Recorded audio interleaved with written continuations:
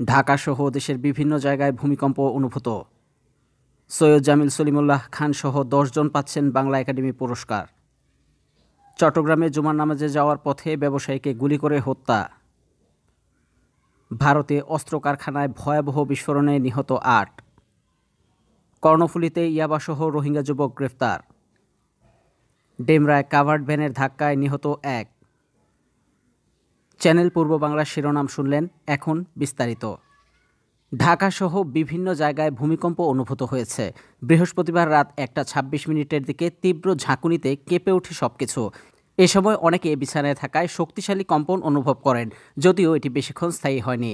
ভূমিকম্প ও আগ্নেয়গিরি বিষয়ক ওয়েবসাইট ভলকানো ডিসকভারি জানিয়েছে, ভূমিকম্পটির উৎপত্তিস্থল ছিল মিয়ানমার। এটি মাটির ১১২ কিলোমিটার গভীরে সংগঠিত হয়।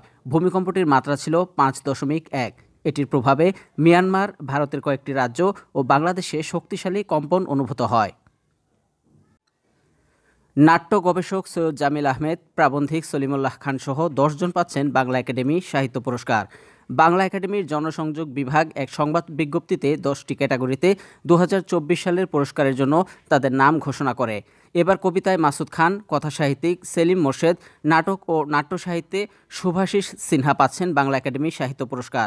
প্রবন্ধ গদ্যে সলিমুল্লাহ খান, শিশু সাহিত্যে ফারুক নওয়াজ, অনুবাদে GH হাবিবকে এ পুরস্কার দেওয়া হচ্ছে।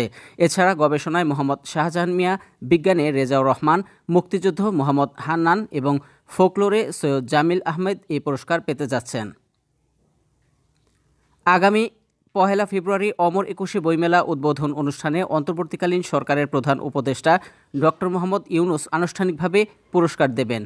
১৯৫৫ সালে বাংলা একাডেমি প্রতিষ্ঠার ৫ বছর পর ১৯৬০ সাল থেকে নিয়মিতভাবে এ পুরস্কার দিয়ে আসছে একাডেমি।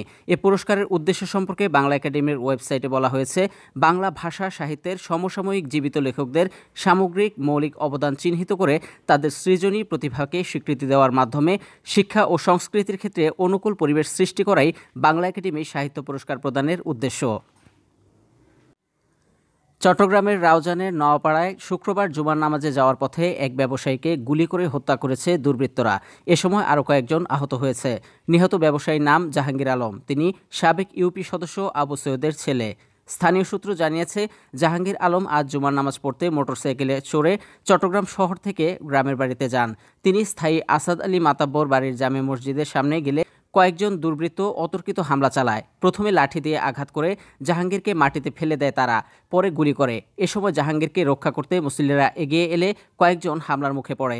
জাহাঙ্গীরকে এভার কেয়ার হাসপাতালে নিয়ে যাওয়া হলে সেখানে চিকিৎসকরা জাহাঙ্গীরকে মৃত বলে ঘোষণা করে। ভারতে একটি অস্ত্র কারখানায় ভয়াবহ বিস্ফোরণে অন্তত ৮ জন নিহত হয়েছেন। দেশটির কেন্দ্রীয় মন্ত্রী নীতিন গডকরি এ তথ্য নিশ্চিত করেছেন। জেলা কালেক্টর সঞ্জয় কোল্টে জানিয়েছেন, স্থানীয় সময় আজ শুক্রবার সকাল 10:30টার দিকে ভান্ডারা জেলার নাগপুরের কাছে অবস্থিত কারখানাটির LTP সেকশনে এই বিস্ফোরণ ঘটে। বিস্ফোরণের ফলে কারখানার ছাদ ধসে পড়ে, যার নিচে LTP সেকশনের 14 জন কর্মী আটকা পড়েন। দমকল কর্মী ও চিকিৎসক দল দ্রুত ঘটনাস্থলে পৌঁছে পরিস্থিতি নিয়ন্ত্রণের চেষ্টা করেছে। প্রাথমিক অভিযানে 3 জনকে জীবিত উদ্ধার করা সম্ভব হয়েছে এবং একজনকে মৃত অবস্থায় পাওয়া গেছে। চট্টগ্রামের কর্ণফুলীতে ১,০০০ পিস ইয়াবাসহ আব্দুর রহমান নামে এক রোহিঙ্গা যুবককে গ্রেফতার করেছে পুলিশ। বৃহস্পতিবার 23 জানুয়ারি রাত 9:30টার দিকে উপজেলার মজ্জারটেক এলাকার পুলিশের চেকপোস্ট থেকে তাকে গ্রেফতার করা হয়। গ্রেফতার আব্দুর রহমান কক্সবাজার টেকনাফ ক্যাম্প 24W রোহিঙ্গা ক্যাম্পের D ব্লকের বাসিন্দা। তার পিতার নাম করিমুল্লাহ। ঘটনার সত্যতা নিশ্চিত করেছেন কর্ণফুলী থানার ভারপ্রাপ্ত কর্মকর্তা মোহাম্মদ শরীফ। রাজধানীর ডেমরায় আজ শুক্রবার সকালে দ্রুতগতির একটি কাভার্ড ভ্যান থেমে থাকা অপর একটি কাভার্ড ভ্যানের পেছনে ধাক্কা দিলে ওই কাভার্ড ভ্যানের চালক নিহত হয়েছেন। তার নাম হৃদয় হোসেন। আজ সকাল 7:30টার দিকে ডেমরা যাত্রাবাড়ি সড়কের ডক্টর মাহবুবুর রহমান মোল্লা কলেজের সামনের সড়কে তেল শেষ হওয়ায় একটি কাভার্ড ভ্যান সড়কে থেমেছিল। এ সময় কুয়াশার মধ্যে পেছন থেকে দ্রুতগামী অপর একটি কাভার্ড ভ্যান থেমে থাকা কাভার্ড ভ্যানকে ধাক্কা দেয়। এ সময় চালক হৃদয় ঘটনাস্থলে মারা যান।